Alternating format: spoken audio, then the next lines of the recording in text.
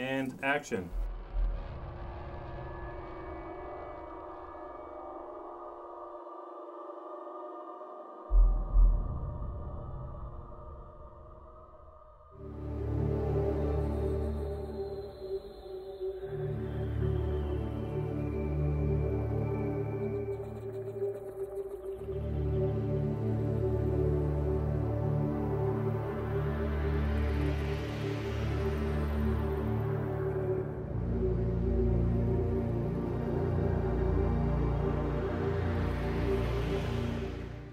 This is all about Martin's story. So it's Martin being kidnapped at 6 years old, and then instead of jumping forward like we did in the first film 10 years later to when he's more of an adult, this goes 5 years to where he's transforms from a normal kid into what he becomes in the first film. And it really dives into the psychology and the psychosis of what creates a serial killer, what made Martin what he is. And it explores that idea that, you know, is it environment that changes somebody, or is it something, you know, inherent in the person on its own that makes them a certain way. The lead character, Allison, who's her parents die, and so she's forced to go live with her uncle in Pennsylvania. Her uncle happens to live in the same area that Graham Sutter's place is. She's precariously close to these murders that are taking place that nobody's aware of. At that point, you have her discover Martin as a young boy.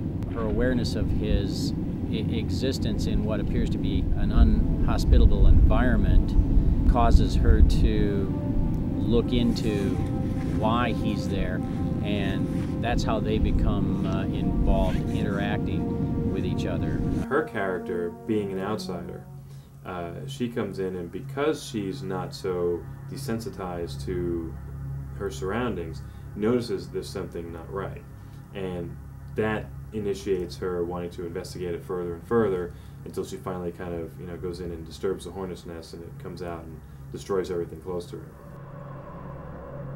They all come in contact with Graham Sutter, who is a central character in this and was only a reference character really in the first film. One of the interesting things about Sutter is he's able to exist in a normal world and walk among us with nobody really recognizing that, you know, there's something out of the ordinary, because he's just like you or me, you know, and that's what's kind of sinister about him and scary about him, is that he can just blend in. He is the guy that in the prequel to Malevolence is the one who's responsible basically for making Martin become who he becomes. It's a dysfunctional legacy that gets passed along from Graham's father to him, as we learn in this movie. But this also then connects, yeah, to Malevolence, in that you see that my training or my raising, my upbringing of Martin makes him become who he becomes then.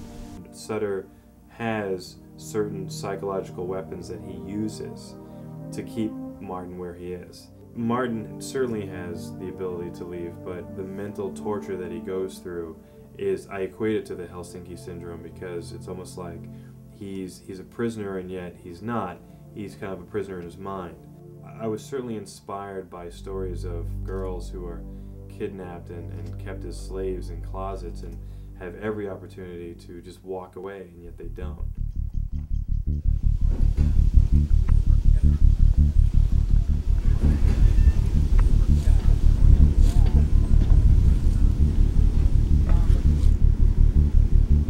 I don't want to try to put you in a box. I just want to kind of wind you up and let you go. Well, that's good. I feel good. I feel very comfortable with that. Good. And then if you know anything you want to change, that's what we're there to play with. Cool. I think. Cool. You know. We're shooting the recreation, really, of the scenes that open the original film. Martin's first experience seeing what Graham Sutter does. Just hang it. Let's see. 5, 4, 3, 2, 1. So Sutter's shoulders here. South shoulders in the shot. Yeah. Let's bring him in then. So we're going to get his hair and Sutter's shoulder, and then we're good to go. Here we go, Chase. Eyes. Daylight and set.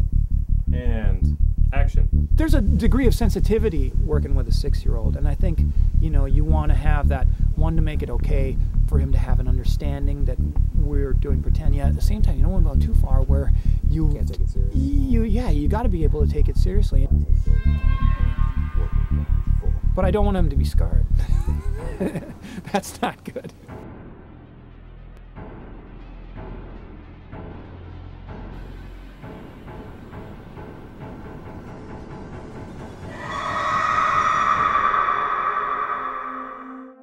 We're hoping to provide a refreshing, psychologically terrifying, but emotionally complex film that has a lot of dramatic and storytelling elements, not just gratuitous violence, and have people as frightened in their minds as they are from what they see. I think it will be a terrifying ride for them, more so than an ordinary horror film, because people will relate to the monster as a victim as well, and that's what makes it really scary. The more you can relate to the bad guy, the villain, the monster, the scarier it becomes. If I achieved anything with this film, it would be to introduce people back to horror films with storytelling as the primary goal. And it's a lofty ambition, but that's what I'm trying to achieve. And if it's just, you know, if they just get a few scares out of it, then they do. But that's my ultimate goal with it.